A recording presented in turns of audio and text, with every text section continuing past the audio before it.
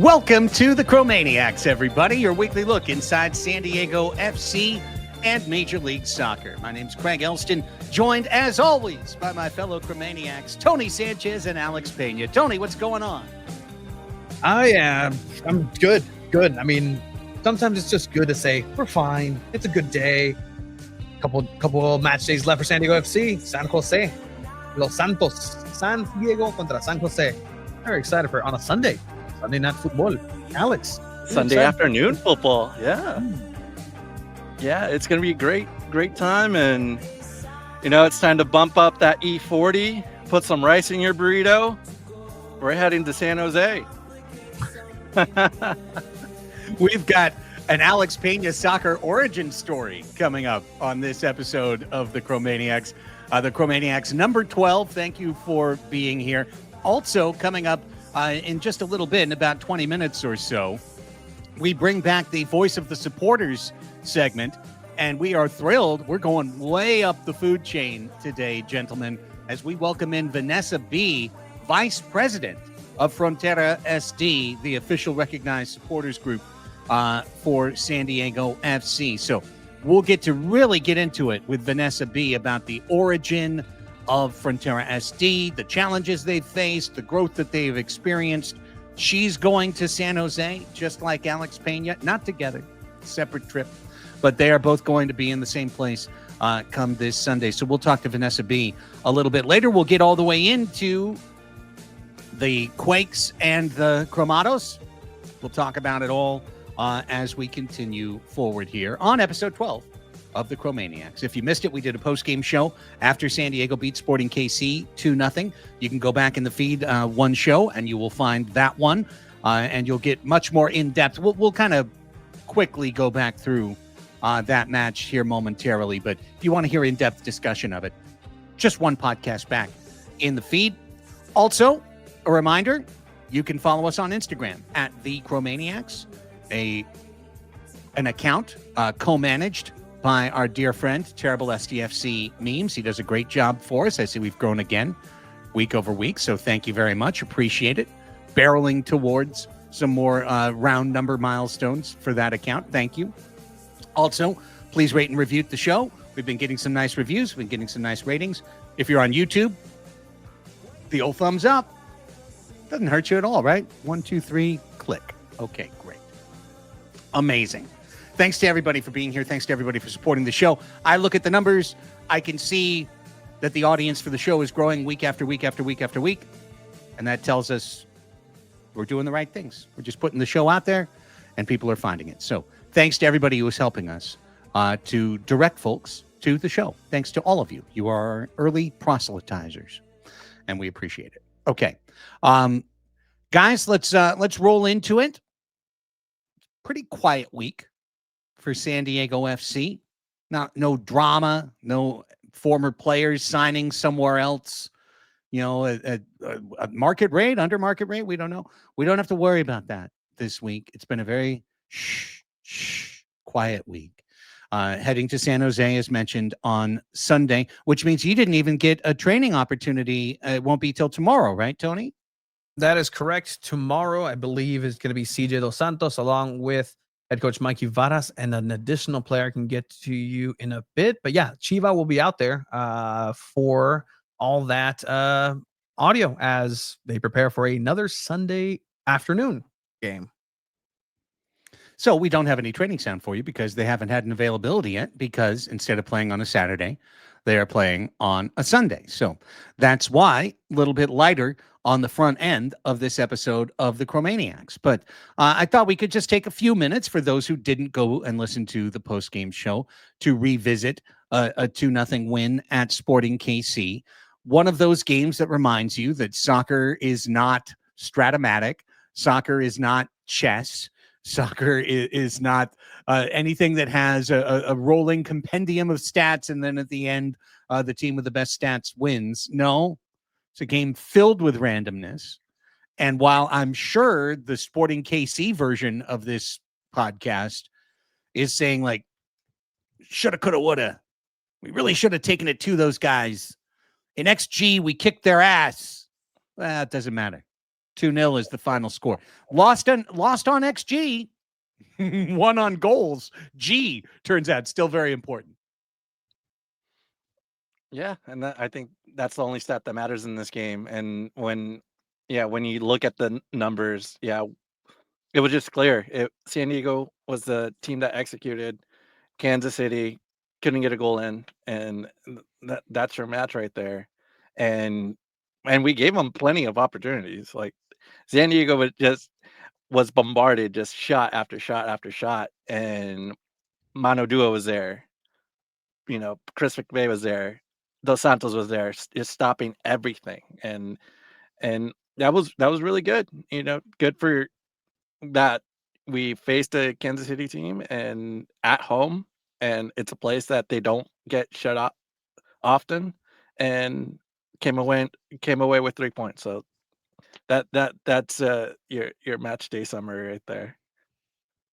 Yeah, and just around the MLS, around MLS with having connections in different markets in terms of like things have been there, right? We're the new market, so there's no real point of contact for San Diego FC for the most part, other than ourselves sometimes.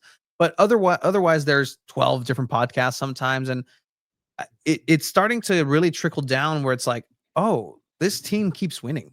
Like San Diego FC keeps winning. They find results, and they're finding now their 5th consecutive away from Snapdragon Stadium. Like there is something with this team, and then they'll look at the highlights and they'll look at these individual performances. And while the individual performances don't tell you much of the actual group of body of work that SDFC has been able to do with their play style, with their philosophy, this is scary for anybody.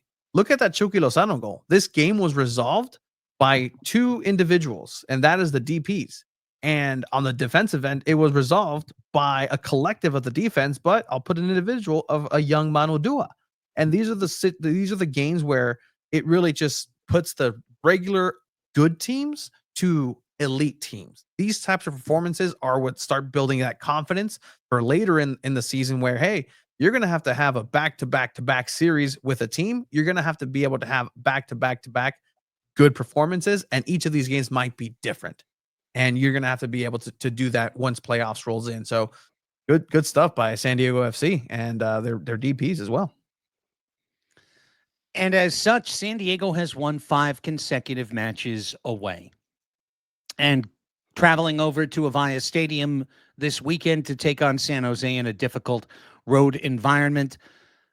There would be many other shapes of seasons where this would be a match that you'd be really nervous about. Instead, I think San Diegans are approaching it with a lot of confidence and excitement. And, the reason for that, to me, guys, a team that wins away usually is the kind of team that can win a championship, because 2-leg playoffs are won by a great away result, right? That's how you secure those types, especially like the first round of the MLS playoffs. That's how you can secure it, is with an away result.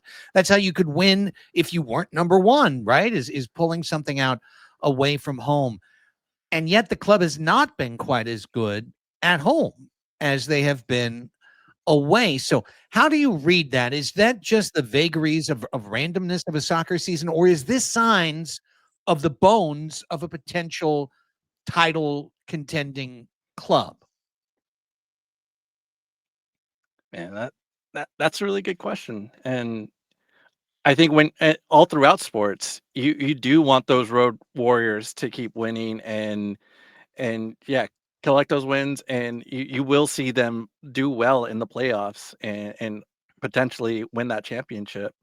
And that's how you do it when you watch other leagues too. That away result is so important. And when you have a team like that you could really build off those road wins, it's pretty much they're pretty much unstoppable. Now, why is it that they can't do this at home? That's a good question, because I feel like with the fans that we have and the stadium and everything, it should be more of a fortress, and yet I see 3 losses and 4 draws at home with 7 wins, and on the road you have 4 losses and no draws and 8 wins, and It's like, oh, okay, how can we kind of convert that energy that we take when we're on the road and convert it back home? That's still a mystery to me. And if you ask head coach Mikey Varas, his official answer is there's no difference. There's no discernible difference between this team and how they play and the effort that they're going to give, whether it's home or away. Sure, but the results are clearly there. Like there is something. And in talking with the players throughout media availability in this year, I believe it was Anders Dreyer a couple of just like early months ago, like 1 month or two ago, he actually mentioned that like there is an edge to this team when they're away. They want to prove something. They're playing a little bit with more freedom because there are no expectations away. At home, there is expectations. There is a fan base. There is something that you have to uphold, and it's a little bit more difficult to be creative and move outside of this prepared petri dish of a match that you have at Snapdragon Stadium. Where if you're away, it's easier to say, you know what, we're just going to go ahead and throw the play style to the side a little bit. We need individuals here, and we just need that creativity. Go figure it out. And that's again what happened here. Chuky, Dreyer, they figured it out. That's the recipe for the success for this team.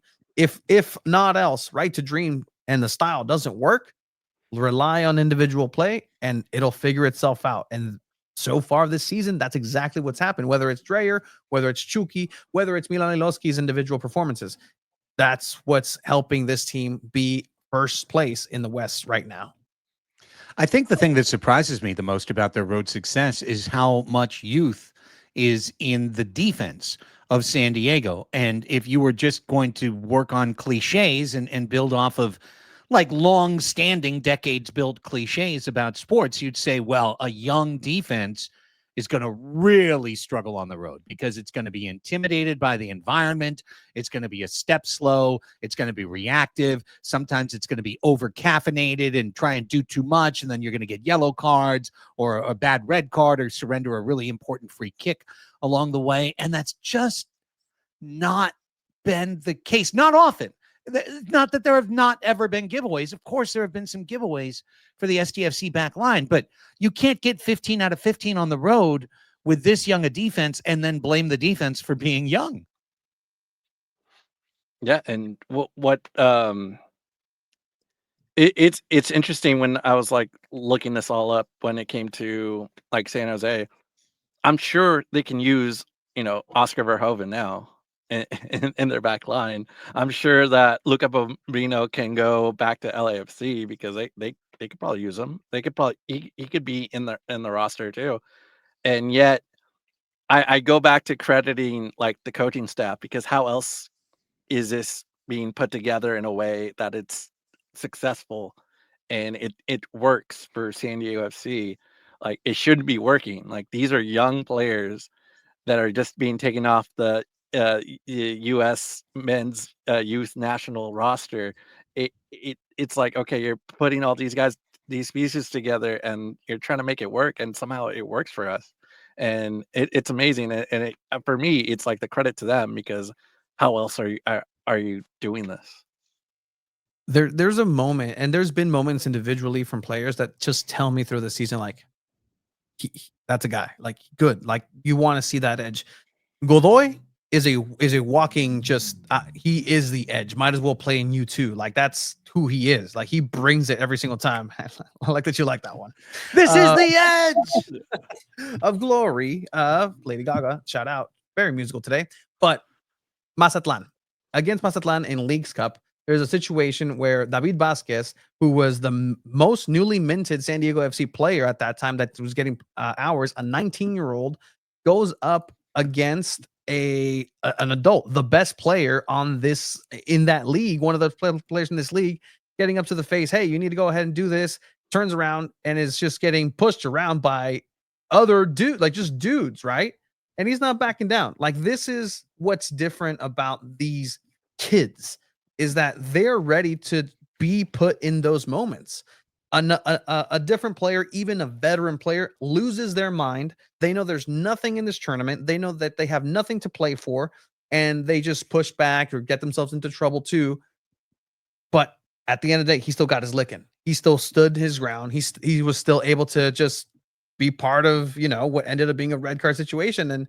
And then who do you see removing him? And I know this was a couple of weeks back, but it just stuck to me of that. Like, that's Ian Pilcher, another child who's out here. Hey, let's let cooler heads prevail. Let's move forward. But this is what San Diego FC is comprised of. They're making the mental judgments correctly, but they also have the physical ability to make and manifest good style play. All right, I got two questions for you guys that I think will bridge the gap between here and Vanessa B coming on the show. And the first is building off of this topic. Who would you now, with the caveat, SDFC is an expansion team, so Chuky Lozano is an MLS rookie, Anders Dreyer is an MLS rookie. So if I say rookie, I don't mean first year in MLS. What I mean is one of the kids on the team, first professional season, first year as an actual pro. Okay. Who's been your most impressive rookie so far for San Diego FC with those qualifications? Not everyone on the team. And I've got one for me, but who is your most impressive rookie so far? You want to take this one first, Tony? I mean, hey, this might just turn into a celebration of a player, because this player has been fantastic. Luca Bombino. Luca Bombino is just not just a boy amongst men, but a man amongst boys amongst men. He's a boy man amongst men. Like, he's a boy amongst men, but he's a man-sized boy, so he's a man amongst men that's also a boy. It's a perfect matchup of like where Benjamin Button should have stayed. But there he is. Either way, this is a case where Luca Bombino is here and he's here to get minutes. He's owned by LAFC. He's owned by a rival, but he's in here proving himself, proving his worth on the defensive end, proving his worth on an attacking front, and really being the one who took Negri out of the equation entirely. Negri was the one that was supposed to start this season. Negri was supposed to be like, but whenever Negri shows up, there is a little bit of a, oh, it's not Bombino today, guys. Is everything okay with him? Oh, he needs some rest. And he's been consistent. And I think that consistency aspect for me, that he's been able to have just good games. And even those moments where, he's still a kid, he's able to bounce back and do very well. So for me, Luca Bombino. And Alex? I got to go with Manu Dua. I think when we first talked about him in our talking about Club America and the friendly and everything, that was like the player I was most excited to see get minutes. And because I thought that he was going to be more of a midfielder, and they just converted him to a center back, and that's a hard thing to do. I had to see on Tottenham Archie Gray do this. He is not a center back, but he had to play one last year just because they needed him, and it feels very similar. It feels like a young kid that doesn't have the experience, but he's willing to put in the work. And I think I've seen Mano Dua just put in the work for each match, and he just gets a little bit better here and there. And I think, man, last match against Kansas City, probably his best performance so far. And and I just want to see more of him. He's such a great player, and the side I do wonder, is he going to remain at center back? Can he go back to midfield? I do like the tall profile of the 6'4" midfielder that can show up and just header a ball in. That to me, that could be a potential threat down the road. But for now, he's a center back, and he plays in the back line, and I'm comfortable with him being the depth that we need. That if McNair comes in and he's the starter again, then that's fine. Or you rotate the guys. I'm fine either way. I think he's been handling his business, and it looks pretty good. Well, now I'm really stuck in a bind, because I was thinking that you guys might both go Bombino, and then I was going to mention Dua and make Dua my pick. But now you guys are 1-1.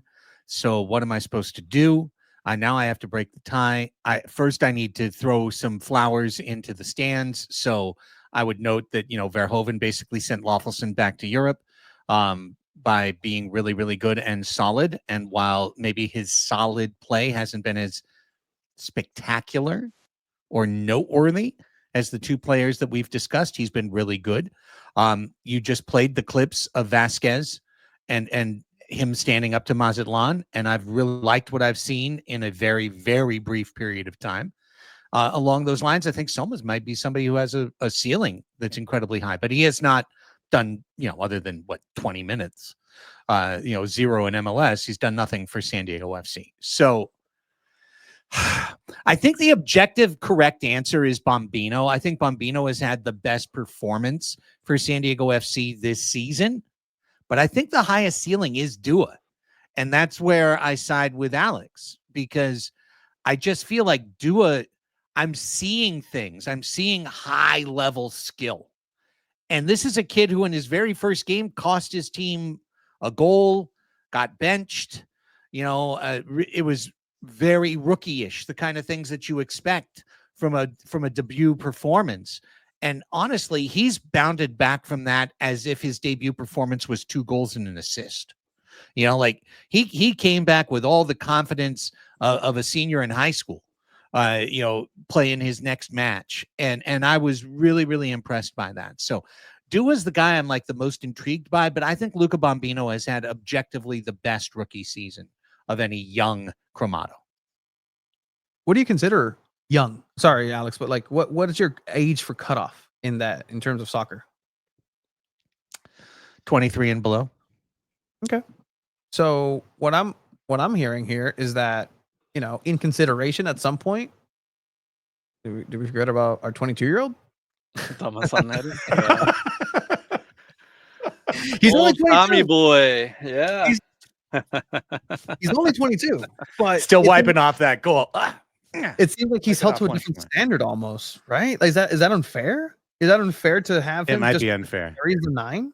And technically, due to his roster spot, he will remain 22 for the next however long we keep him for the next four seasons. You could stay on that under 22 slot for quite a while. So he will forever be 22.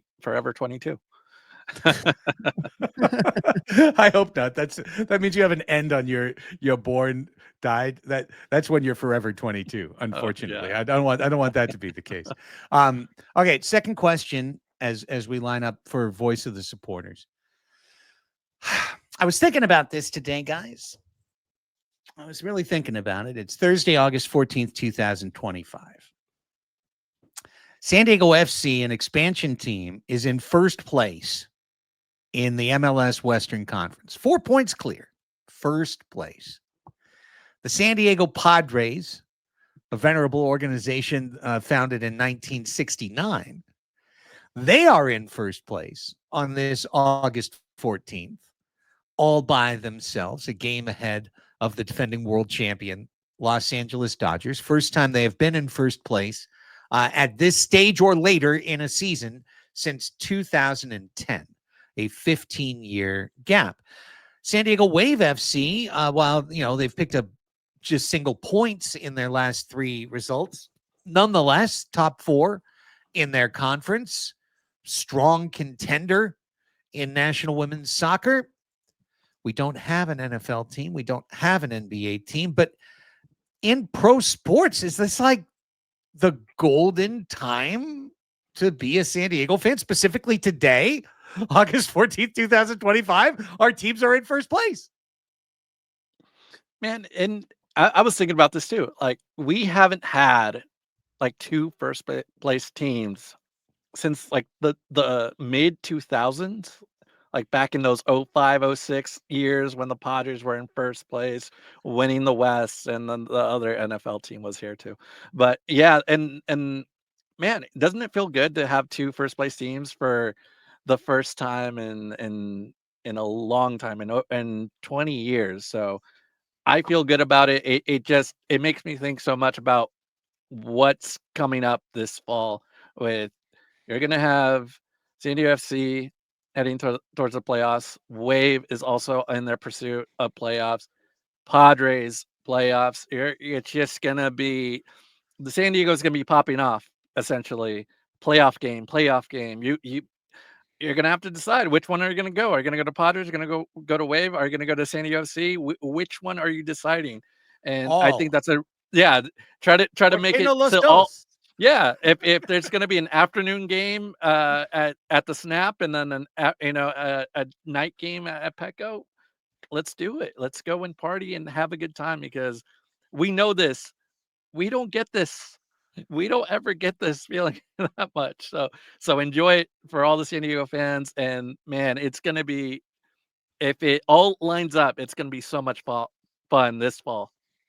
You know me, Craig. I'm a fan of this city. Like I can say a lot allegiances with soccer teams because I cover them. It's weird, but San Diego is what I cheer for. The city. I remember, and you're very familiar with this. Whenever there's one playoff team, I like AM radio, sports talk radio, and I grew up on it. It was such a good time when one team was in playoffs. And okay, that's the entire 3-hour, 4-hour block of that day. That's what we're gonna go ahead and talk about. The other team that's not doing so well because they're not in playoffs, whether that be Chargers, whether that be Padres, whatever. Like we'll just ignore them. But there was a magical time where Padres and Chargers were in that, like, the special feeling of like, what? Mayor Jerry Sanders said that it's San Diego Padres Day on a Friday and everybody gets to wear it. All the buses say go Padres, say go this. Like all those little things are coming up for San Diego. And I'm not, I hope everybody's prepared and mentally prepared to go through that too in a positive way, because it's gonna require everybody. It's going to require the city to be behind these teams, and not just one, all of them. And that's the case. If you really want to see San Diego held up and be respected as a sports town that everybody here knows that it is, then you have to represent. You have to be at these games. You have to wear your San Diego everything jersey to everywhere. What's that? Oh, don't you know? It's playoff time for San Diego FC. It's playoff time for San Diego Wave. Let's go ahead and support. And I'm excited for that prospect as a San Diegan. So it's awesome, dude. Like I'm very, very much looking forward to that, Greg. I mean, literally, it's been 19 years. In 2006, the Padres won the NL West, and of course, the Chargers were 14-2 and the best team in the National Football League, and we know how that finished. And Nate Kading and Rashay Caldwell and all the rest of it. I won't even open Pandora's box. Right? Yes, just eat that microphone. Back then, though, the Powder Blue ran the city, and the Padres were kind of like, well, that's interesting. Now the Padres run the city. And for SDFC, they're in that second seat of like, hey, we're good too. Like, we're really good. We could win the Supporter Shield. We could win the West. We could win MLS Cup. Take a look. The soccer world is taking a look. The soccer world has all eyes on us. It'll be fascinating to see heading to October with the trajectories of this team and these teams, how it all plays out going forward.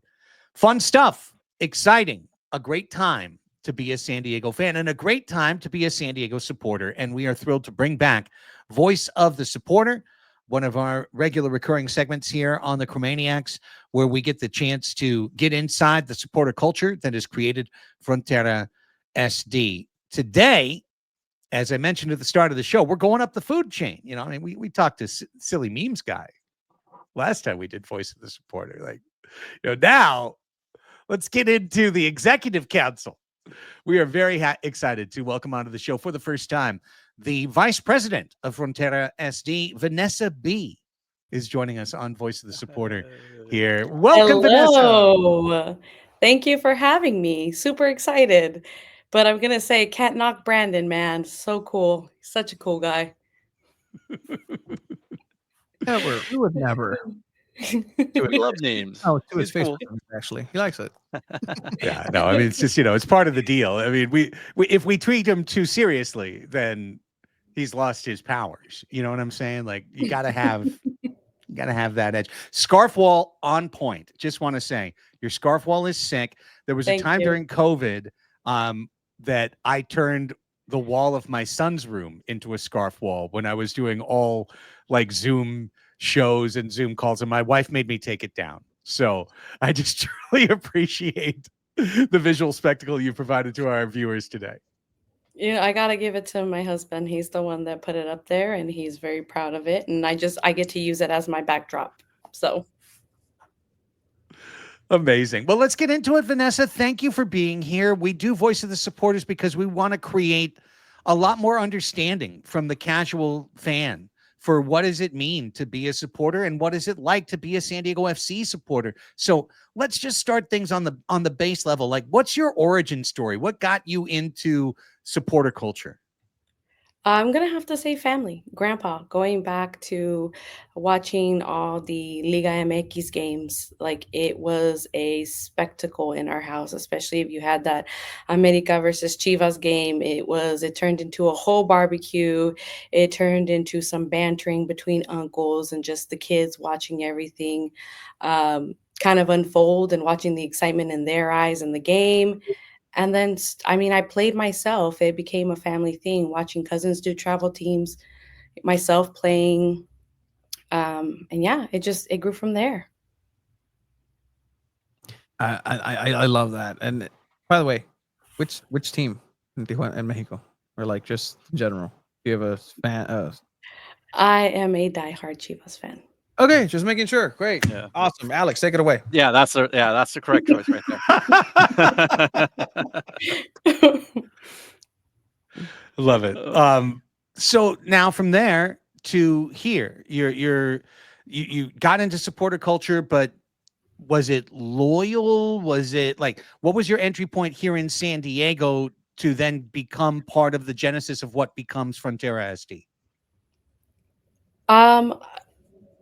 My oldest kid actually got into wanting to play soccer, and we started going to loyal games. And then the moment that the wave started, we went to Torero and watched all those games, and then it went to SDFC. We went to the announcement of the team, and everything kind of just spiraled from there. But I definitely will say attending the games at Torero and giving you that small feel and the just closeness to the players really just made the love for me to it reignited it. I went from moving away from my family, and it reignited the passion watching those games.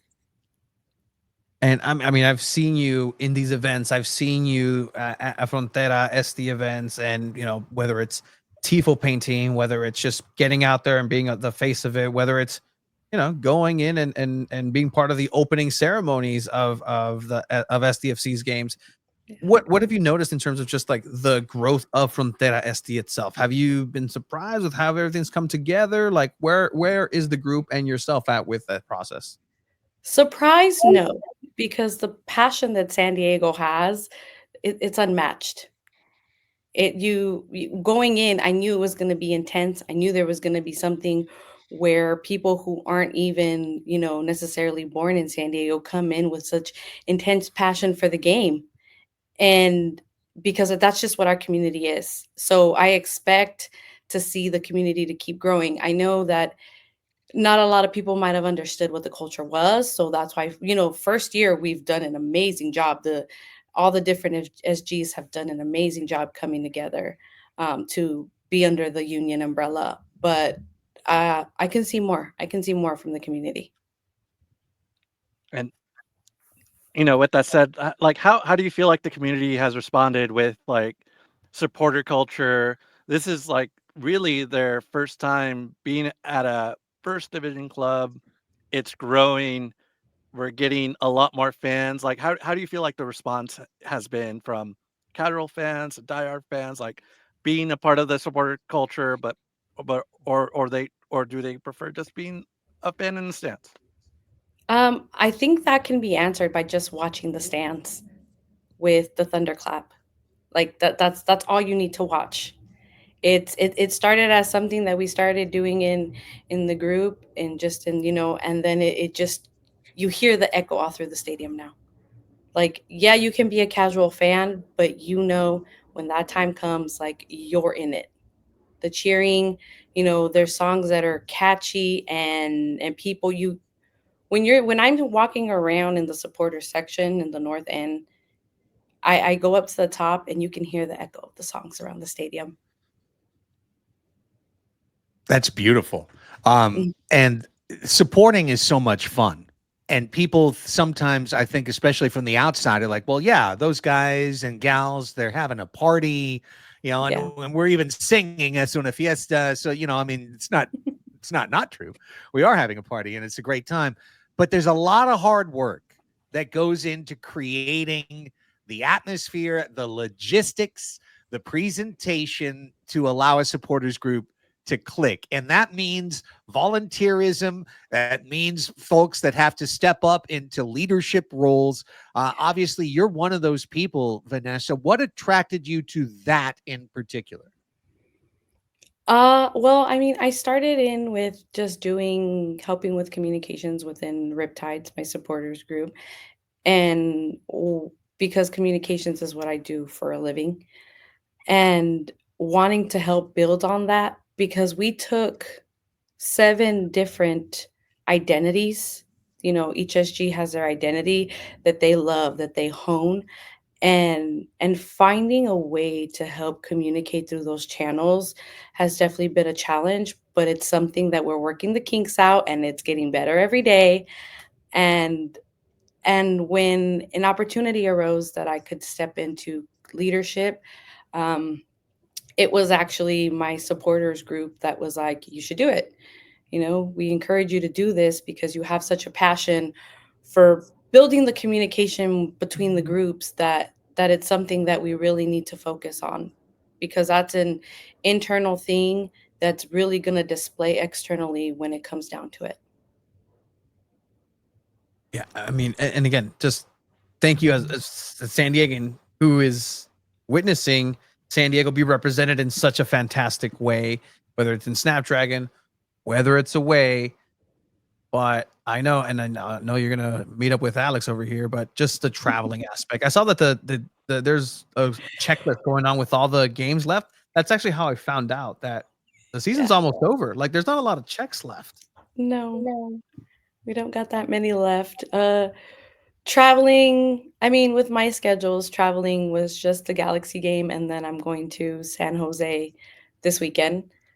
I will have to say that none of this can be done without the team, without the board, without executive board. I'm going to give a shout out to Steve Cabrera here because, to be honest, he handles those logistics, and I'm in the meetings and help with the meetings, but don't tell him I'm going to go ahead and take credit from him. But but no, Steve is definitely one that I've got to say not only organizes talking to like bus companies, but also making sure the groups are aware. Yeah, that Tony.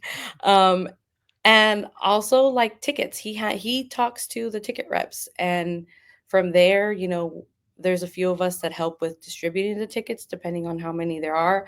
But this is absolutely a team effort. So this is going to be your second away match. You're going up to Yeah. San Jose, a place I'm very familiar with. Are you familiar with San Jose? And what type of crowd are you expecting? It kind of seems like that section is going to be filled up with a bunch of San Diego fans. I feel like our voices are going to be heard, and it's going to be loud in that building. Like, what are you expecting out of San Diego FC and Frontera? Well, I mean, there's going to be 100 plus of us as traveling up as supporters, like in the whole group. I am very familiar from San Jose. I was born and raised in the Bay Area. And I will be seeing a lot of my friends who support San Jose, so that'll be fun. But yeah, I mean, I what I expect is for both sides, for supporters and the team, to be giving it their all. That's a promise we made since day one. Win, lose, good, bad, like we're there both sides. Vanessa, what do you look at in this first year? The growth has been spectacular. The Purple Lot is amazing.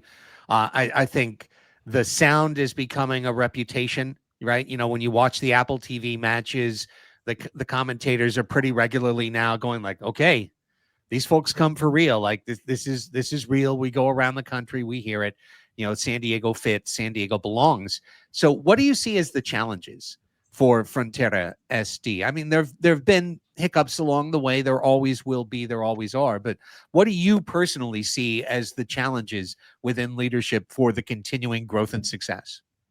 Yeah, I mean, again, it's making sure that each individual SG maintains their own identity, even within Frontera. We're building to make a union, a whole identity for us as ourselves, but we don't want any of those groups to lose their own identity along the way. So the challenge is really, again, working on communication, making sure that we're taking bits and pieces of all these different SGs to build into the union. So that, want to make sure that everybody's supported. So there's challenges with making sure we don't take too much of one and not enough of the other. So finding the balance. And I mean, all these groups and their leaderships have been great. The compromises that we have, behind closed doors where we've got to give a little to get a little, it's coming together. Yeah. I mean, it takes a village. Craig, sorry. No, absolutely. Yeah. Finish up. Wrap up. No, I was just going to say, again, I welcome everybody into having a great conversation, even if you're not part of this section. If you want to find out what's going on in there, talk to them. They're people. And much in that same way, I always advocate for the other way. If there's somebody within the group that wants something, that sees something, sees an opportunity, that maybe the club, the state, whoever maybe can be adjusted, use that voice. It's not just for singing. Use it, because this is ground zero for everything. There's still an opportunity to mold how you want San Diego represented. And Vanessa, you and Frontera San Diego are doing a fantastic job of really making sure that San Diego is being put forward. And again, that's why I'm a member of the independence of it. I love that. I support that and incredible stuff that you guys have going there. And it's not easy. It's not easy. Yeah, no, we're definitely emphasizing the aspect of partnership. We are our own thing, but you can't make anything happen on your own. So there's definitely a lot of partnerships that we are building within ourselves, even with the team. We're going to push back on them. They're going to push back on us. We're going to have to meet in the middle. And that's what it is, a partnership. But we still take our individuality very seriously. Well, Vanessa, I look forward to seeing you out at the Purple Lot and in the North End when we get back together in a couple of weekends. And I wish you safe travels and a ton of fun this weekend up in San Jose. I wish I could be there. Alex will be there. I hope the two of you can collide at some point along the way up in the supporters section. But I really appreciate you kind of giving us a little bit behind the scenes, a little bit into the growth, the groundwork, the hard work that's being put into what everybody sees on match days in the supporters section. Really appreciate your time. Thank you all. Really appreciate this. Thank you, Well, Vanessa. it's our pleasure. Yeah, we do this honestly to elevate what's going on with supporters. So thank you. The work you do, all we're trying to do is just shine a little light. And I'm glad we can do that part. Remember, it's always it's teamwork. That's the only way we're making it work. Absolutely. Next time you see me, I'll be wearing a wag and a silly suit. Take care. I will see you then. Bye, guys. Oh, good stuff, guys. 100%. That's what it's about. And again, I may be a grouch, a cynic, however you want to say it, but at the end of the day, I look at the people in the section and I love going over and be like, hey guys, you guys are doing good. You guys are doing good out there. Or I also like to be the coaching part of hey canijos, let's put some those LAFC guys, they're pretty loud. But that's not a complaint that I would have had or heard anybody have, because the Frontera SD put LAFC in 3252 in their place very well. Yes, they did. I thought you were about to say that before the Galaxy match, you told them that they needed to belt it out more. And then no, actually, for then I was like, hey guys, just be careful. Literally, I could tell my kids, guys, just be careful, make good decisions. That's all we need from everybody. Oh, I keyed. No, it was great. Wonderful to hear from Vanessa, and hope to continue to hear from leadership and from the various supporters groups as we continue to roll forward toward the playoffs and in coming months and in coming years of the Chromaniacs. Okay, let's get to Sunday. Let's get to SDFC and San Jose. And Alex, you wrote a beautiful post in Chromatic FC about how your time living in San Jose was kind of like your birth as a soccer fan and as a fan that realized MLS could be something exciting.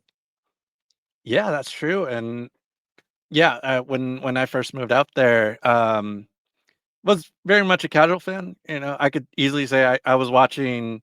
I was really going for Mexico, and that's it. And was I paying attention to Chivas? Very, very casually, because my mom would be the one watching. She would be making our tortas, watching the game really, really carefully, and then she would be like, "Oh, goal, Chicharito, goal, Polido, goal," and she would be like all into it, and I'm like, "Oh yeah, cool, cool."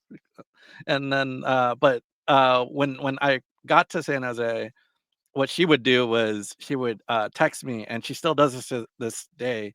She will text me the score, even though I watched or I didn't watch. She will text me the score anytime they win. So yeah, whenever they play this weekend, yeah, I will get a text message of uh, they better win, or else I don't get that text message. But yeah, 2015, 27, and then into 2017, it was interesting because yeah, that was an interesting time for San Diego sports. Soccer City was being talked about, and that was my kind of wake up call of like, you know what, I should start getting into this, and so I did. Um, it's first started by going to San Jose Earthquakes versus FC Dallas game, a game that ended up 1-1. San Jose Earthquakes ended up scoring a late goal to knot it up, and I was like, oh, okay, that's interesting. I didn't That didn't deter me. Like a draw did not deter me as a interested fan. I was like, okay, that was cool. But then it really got a little bit more serious when I went to decision day 2017. San Jose Earthquakes needed to get 3 points to advance to get into the last and final playoff spot. They had to get 3 points. 1 point wasn't going to be good enough. They were playing Minnesota United. Our friend from the San Diego Loyal, Colin Martin, was there. He was on the bench. And our good pal, Anibal Godoy, 26-year-old Anibal Godoy, was playing in this match. So that's how far me and Godoy go back. We go back from my time in San Jose. And that was a heck of a match I don't think anyone will forget in that stadium, because leading up to that moment, Avaya Stadium was very new. It opened in 2015. They really didn't have a lot to cheer about in that stadium. The 2017 Earthquakes were very mid, but what they had going for them, they were called the San Jose Goonies, because the Goonies never say die. They were back to that Love it. style of like, hey, we're gonna score a last second goal. We're just never gonna give up. And I think that's what the fans really like, got to, and like really hung their hat to. So um, going into this match, I kind of knew that. And yeah, it started off really good for San Jose. They scored a goal, but then Minnesota answered back. Second half, scored a goal. I felt comfortable. I remember being that, oh, okay, I think we're gonna win this. And then Minnesota scored in the 81st minute, and the place went dead silent. And yeah, it felt like the air was sucked out of that place. Everybody was like, it took a while for the drums to start banging again. I think it took like 2-3 minutes went by, and then it started going from the San Jose Ultras. And then Marco Arena in stoppage time scores the late winner and sends the place into a frenzy. And like I'll never forget that moment. That's pretty much the reason I'm here today, writing about MLS, talking to you guys about MLS, because ever since that moment, I started really being a more serious soccer fan. So if anyone wants more details of of that moment, go to Substack and read all about it. Chromatic FC on Substack, where I have this story, and I hope to share another story as I go up up north in San Jose. I think I'm going to do a little away days type of profile and talk about the stadium, the supporter section, what we were doing in the stadium, getting that feel for an away day match. So I'm very excited to write about that once I get home. But yeah, and this is why I'm here. That moment, that Marco Arena goal, and here we are talking about MLS in San Diego. Heck yeah. Well, you put so many food wrecks in that post that, I mean, obviously you're going to have a great eating weekend. You made me want to go just so they could trail you around and get the breakfast burritos and get all of the other culinary delights and the tap room that's close to the stadium, et cetera, et cetera. But let's talk about the match itself. We haven't seen earthquakes, so I'm a wide open blank slate. What do I need to know about earthquakes on Sunday Night Soccer? And that they've been a pretty good home team as of late. They've gotten a result. They I would say they got a little lucky last week against Vancouver. They got a penalty. They got a red card. Someone in Vancouver got a red card. They were down. Vancouver was down a man, so advantage San Jose. They ended up winning that match. But yeah, they've been getting a lot of results as of late. 7 straight results for them. So, Which, by the way, I'm so sorry, but it had to do with an investigation into a referee, Craig. Like, yeah, they did. How Yeah. lucky? Like, you say lucky? No. Like, there's an investigation into a referee into his love for LAFC and whether or not he screwed over Vancouver. So, sorry, but yeah, it's more of his hatred towards Vancouver. Yeah, like it kind of seems like he has a thing with this Vancouver team that he doesn't like them very much. But yeah, they got, things happen, and everything went San Jose's way last week. But when it comes to this team and who the key players are, Christian Espinoza is one of them. We saw him in the All-Star game.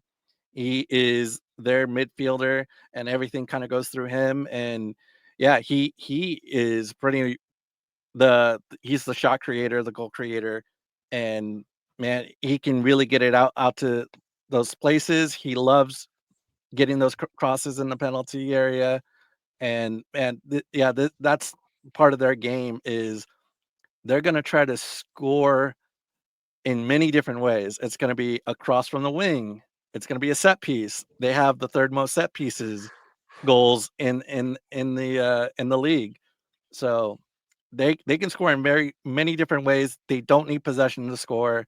So that's going to be very much the key for them. Is can Christian Espinosa get the ball and create those opportunities for the other guys in San Jose? If I want to give historical context to this, when I was growing up and playing soccer to a degree where I thought I was going to make it, there was no team other than the LA Galaxy in California. The San Jose Earthquakes were that team that you would have to remind yourself that existed. And so as a Southern California, you'd be like, well, there's no future in playing, but the San Jose Earthquakes were always that team that people with a chip on their shoulder would go into the academy and play because they had something to prove. Because the Blue Bloods in LA Galaxy would never allow this type of player. They would never allow the scrappiness of a player. They prefer elegance or regalness to their play style. They want to get the superstars because they're LA Galaxy. What are we talking about? We are the Real Madrid of MLS. This San Jose Earthquake? No. Like that's the trash pile of players that we just rejected, and they can go ahead and go there. One of them, Judd, last name Judd, is one of the players that Craig and I are familiar with because he was part of Los Dos that was a constant menace against San Diego Loyal. in part of the Los Dos track. Now he's not in LA Galaxy. Now he's a chip on the shoulder player who scored last week for San Jose. And so again, just the historical context of this, where like this is a scrappy team. This is a team that comes in with a chip on their shoulder, with something to prove every single time. And now there not only is there a third California team, there's a fourth California team, and they are the ones that are atop of the Western Conference. They are the talk of the town. We're getting overlooked again. We're getting again like this is Hecka versus Hella type of discussions. Are you privy to that? Yeah, I mean, just making sure. Yeah. I think so. Yeah, just ensuring there. But Hella this is- bigger, right? Better than Hecka. I think that's the correct one. If you say Hecka Okay. to me, they'll tell me a lot about you actually. I don't think but- I've ever said that in my life. It's more cumbersome to put a K instead of an L. I'm sorry. Yeah. Yeah. But yeah, that's kind of like this is a team that's scrappy, and they're gonna find a way to really put a cold water on San Diego FC. And you know, to add on top of that, right? Like they're very much on the we want the homegrown players type of system, right? They want to develop and bring their guys into the academy. They've been doing it ever since I was there. I remember Tommy Thompson being there, like being their homegrown player and coming through the system. When you look at guys like Cade Cowell, who is now at Chivas, but he was also that guy that came through their system. Now we have him, Oscar Verhoeven, also another guy that came through the system, and he's a local kid. Yeah, these guys are that's what they do, and that's what we want to do. We want to have that type of development, get the guys from Escondido to Chula Vista. Hey, we can even get guys down to Tijuana and get them through the Right to Dream system and make it the San Diego system pipeline. And if we can do that, I think we're gonna almost resemble what San Jose was able to do back in the early 2000s, which was win championships and be the dominant force in the MLS. All right, let's play pin the tail on the 9. Who does Vares call to start at the 9 Sunday evening? Man, that's always a good question. Unfortunately, right? Like that shouldn't be a question. Like it's a 9 position we're talking about. You have a 9 in the bench that'll probably stay on the bench with the Mas Angel. But if pin the tail on the 9, do we throw Honors Dreyer down the middle once again and see what Baird has to offer? Do we throw Valakari in there? I don't know, Alex. What do you think?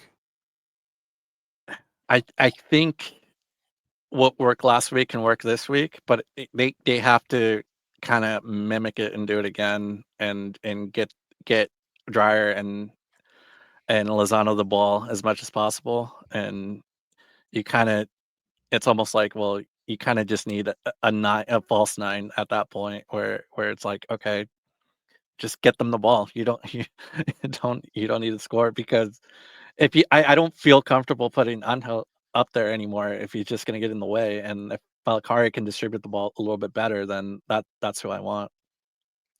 My guess is Valakari gets another start, and Baird is a sub in that leads to a position switch up top. And Baird gets on the pitch against San Jose, while maybe Dreyer tucks in at that point. They probably don't just run Baird up the middle. But I'm guessing Valakari. But they could do the same thing with Angel. If they didn't rate Valakari's tape that highly from Sporting KC, they could do the same thing and throw Angel for 60 to 75 minutes, let him be a dirty work player, and then sub in Baird, depending on game and circumstance. Vasquez would be interesting. I don't see it happening. They started him at midfield. And then the question is Ingvartsen in the lineup on Sunday? Obviously, he won't start because they are pretty well patterned in terms of when they're bringing people back from injury. 75th minute, 60th minute, then a 60-minute start. Then you're allowed to be considered for full run. So do we think we see Ingvartsen for 15 minutes on Sunday? I believe we do. Yeah. Mikey, he's healthy. Been pointing out that he's been ready to go. He's been training, and I think even last game it was a matter of, do we really need in Varston to get a result, whether that be a tie or a victory.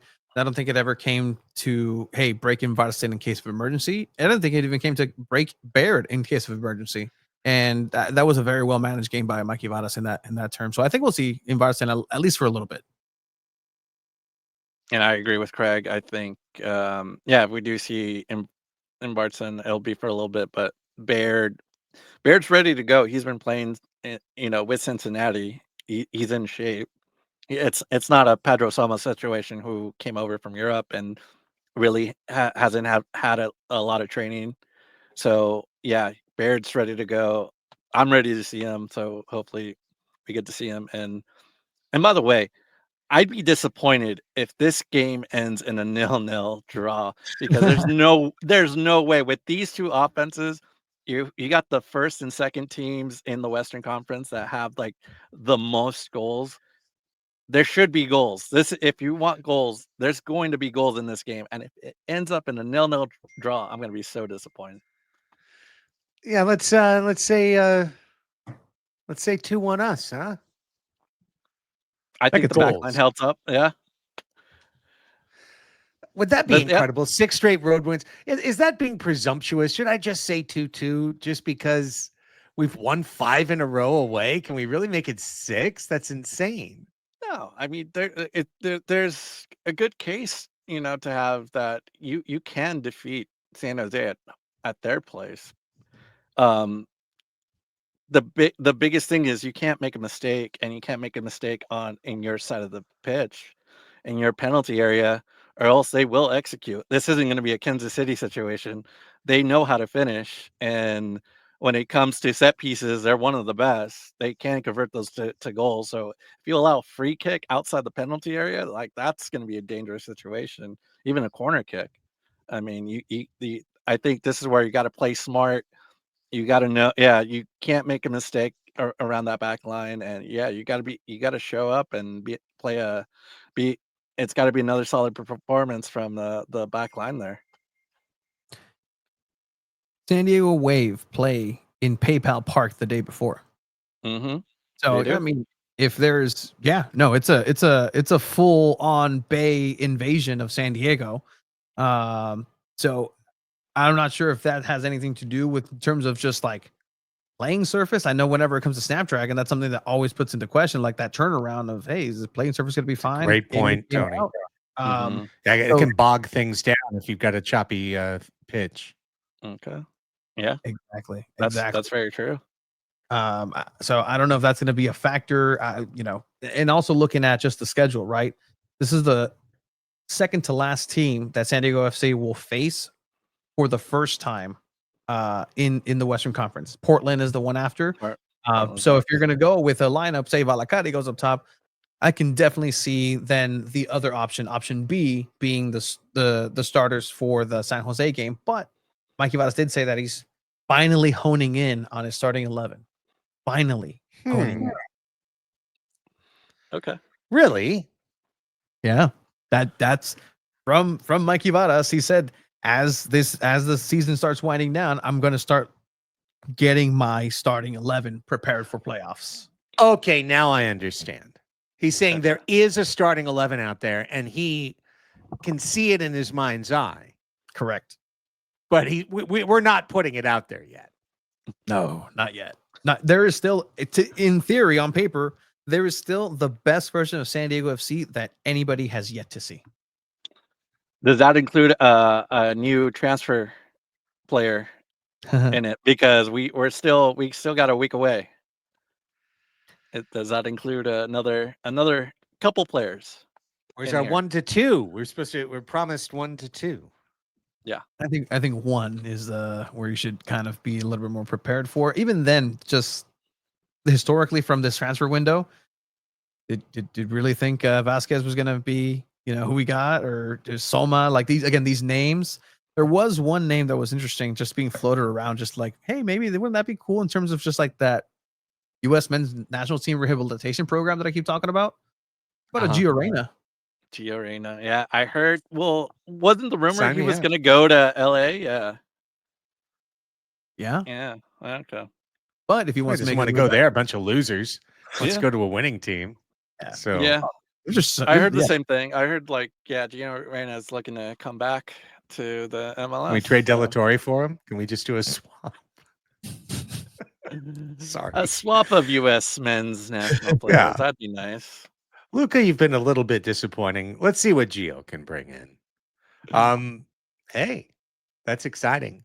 All right, so we're working toward a starting 11, but it's not there yet. Really excited for this match. Alex, you'll be there. So I don't know, maybe Tony and I can do a post-match show.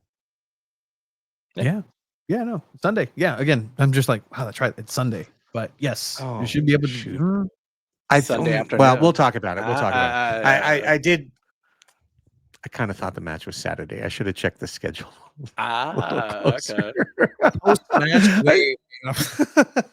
I know. I may have committed to something Sunday that I could back out of, but regardless, that's not for the show.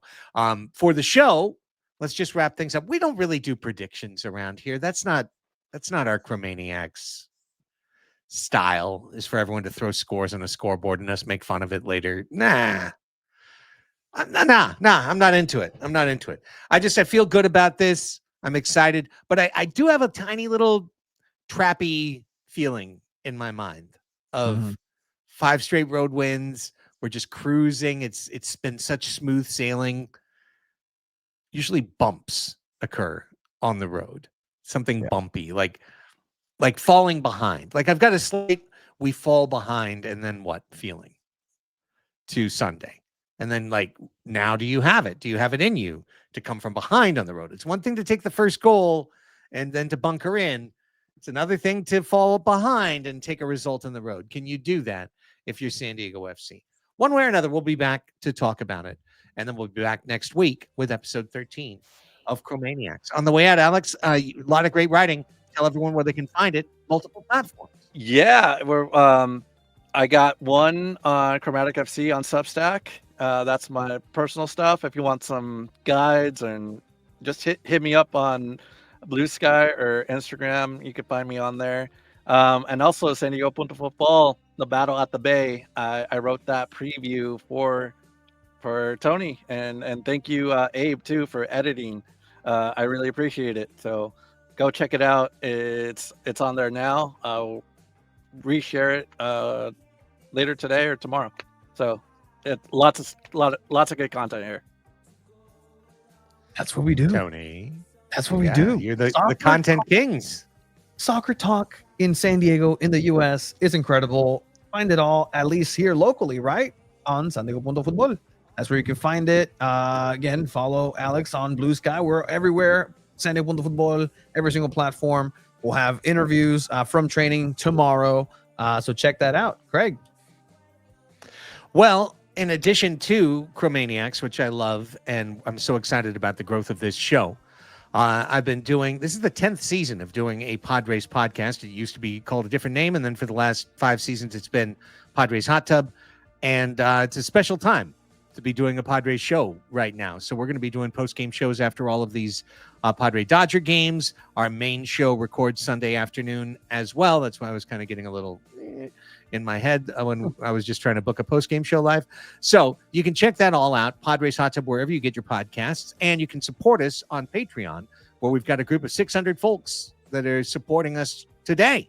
Join the fastest growing, best community for Padres baseball, patreon.com/Padres Hot Tub. Also, brand new episode of Crossing Streams is out with myself and Chris Reed, where we took a look at 2 different summer mystery shows. One of them Untamed on Netflix, the other Smoke on Apple TV Plus, and we kind of held them up and went, which one should you watch? If you had one to watch, which one should you watch? And we had a very strong answer one way or the other. So you can find that on episode 249 of Crossing Streams. But episode 12 of Chromaniacs has reached an end. My name is Craig Elston with Tony Sanchez and Alex Pena. Thank you so much for being here. If you've gotten to the end of the show and you haven't hit thumbs up on YouTube yet, could you please do that before you click out and go to the next short or whatever you're going to watch? Thank you. If you are listening to us, and you can throw that 5-star review on Spotify, Apple Podcasts, Google Play, wherever, we say thank you. Until then, vamos, SDFC.